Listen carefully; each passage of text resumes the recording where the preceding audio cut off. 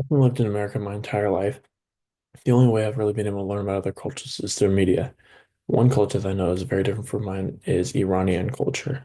So today I'll be talking about some of the values, perceptions, roles, and norms of Iranian culture versus those of American that I'm very familiar with.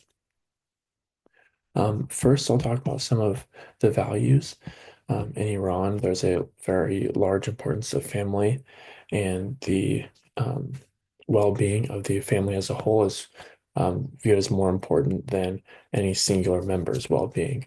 Whereas in America, it's a lot more normal for a family to value the importance of, like, let's say their children and their successes over um, the success of the family as a whole. Another difference is Iranians really value humbleness, and if they were to get an award, then they might play down that success and not really talk about it as a way of being polite.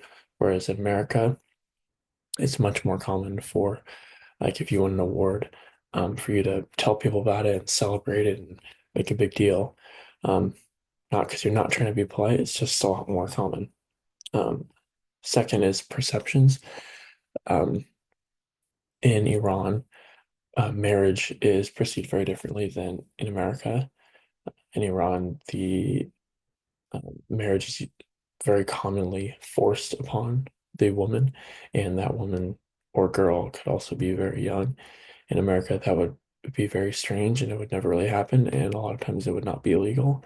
Um, in America, the a marriage is usually agreed upon between both sides and wanted by both sides.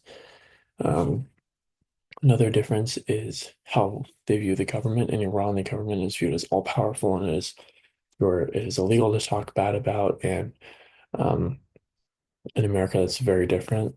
The government is still powerful, but um, as because of the First Amendment, Americans are actually it is encouraged to speak out against or speak out for what you believe in, whether that be in favor of or against the government.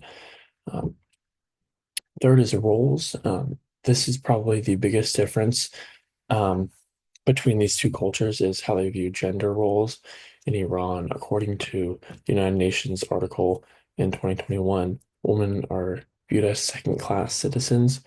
They are not able to become judges, presidents, or even do normal things like go to a sports game or um, even ride a bicycle. In America, for the most part, men and women are given the exact same chances.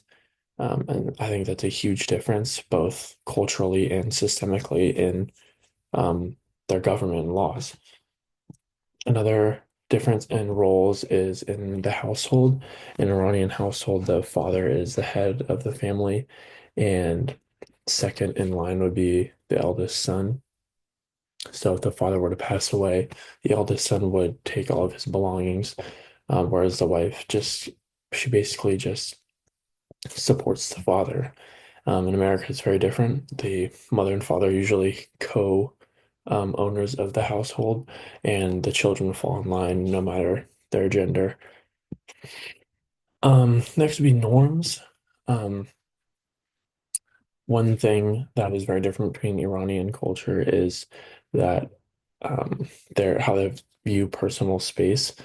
Um, Personal space is basically not really a thing in Iran. Like if you were sitting on a bus alone and someone were to get on the bus, they might just sit right next to you, even if there's a bunch of other seats open. In America, we kind of like our like personal bubble, and we don't tend to like go in others or like when people go into ours. Um, and yeah, and another thing that is very different is Iranians are normally like humble and conservative in public. Around their families, they may be a little different, but in public, they don't like to be noticed and not draw attention to themselves. Whereas in America, it's not everybody, obviously, but it's a lot more common for someone to be loud and boisterous around and try to draw attention to themselves in public around people they may not know. And that would basically never happen in Iran.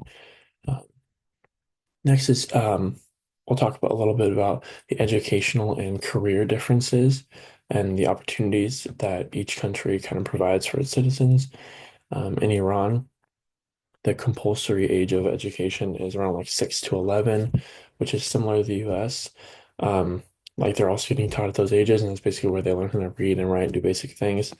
But um, the compulsory school in the US extends till we're about like 16, 17, 18, and that includes basically high school. And that's when we're learning to do a little bit of other things about like history and math, like a little bit more advanced. And in higher education, in Iran, it's very different than here.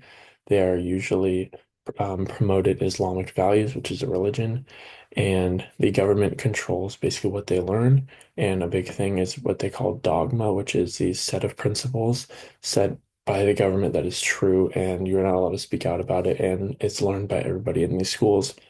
In America, the government has little control over what we actually learn, and we mostly just learn about like skills and knowledge that we need to get a job in the future.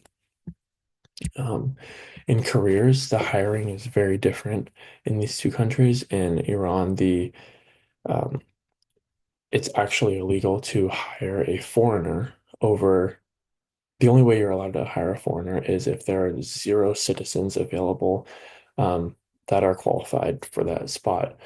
Whereas in America, it's actually the complete opposite. A lot of companies want a very diverse group of employees, and they look for people. They may even favor foreigners over American citizens. And another difference is how the companies actually function. In Iran, the power is usually at the top, and the employees have very little say. It's like a manager or an owner, if they make a decision, usually it's not going to be voted upon or anything.